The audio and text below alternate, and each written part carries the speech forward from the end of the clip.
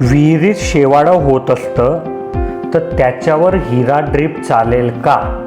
बघा, तुमच्या विहिरीत जर मोठ्या प्रमाणात शेवाळं होत असेल ना तर हिरा ड्रीप काय कुठलीच ड्रीप त्यावर चालणार नाही.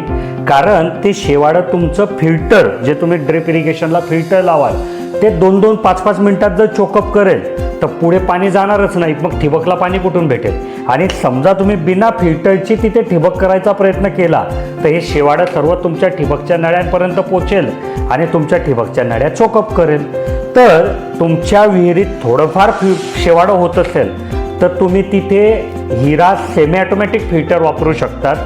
पण जर जास्ती प्रमाणात शेवाळं होत असेल तर तुम्ही तिथे सँड फिल्टरचा उपयोग केला पाहिजे की हिरा सँड फिल्टरमध्ये शेवाळं पूर्णपणे अटकलं जाईल.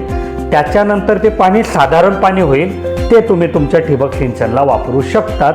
पण सँड फिल्टरनंतर सेकंडरी फिल्टर म्हणजे स्क्रीन फिल्टर किंवा डिश फिल्टर लावणं सुद्धा कंपल्सरी असतं. जसं या शेतकरी दादाच्या मनात काही प्रश्न होता त्याचं उत्तर मी दिलं.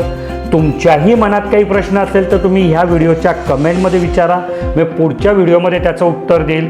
आणि तुम्हाला जर तुमच्या शेताच्या लांबी रुंदीनुसार किंवा जसं या शेतकरी दादाचा स्पेसिफिक त्या पाण्याचा प्रॉब्लेम होता असा काही प्रॉब्लेम असेल तर आमच्या इंजिनियरसोबत बोलायचं असेल तर आमचे इंजिनियर तुमच्या मदतीसाठी विनामूल्य सकाळी 8 ते संध्याकाळी 6 ह्या नंबरवर उपलब्ध असतात. त्यांना तुम्ही कॉल करू शकतात. आणि माझी ही मेहनत तुम्हाला आवडत असेल की तुम्ही विचारलेला प्रत्येक प्रश्नाचं मी उत्तर देतो तर व्हिडिओला लाईक करा, चॅनलला सबस्क्राईब करा.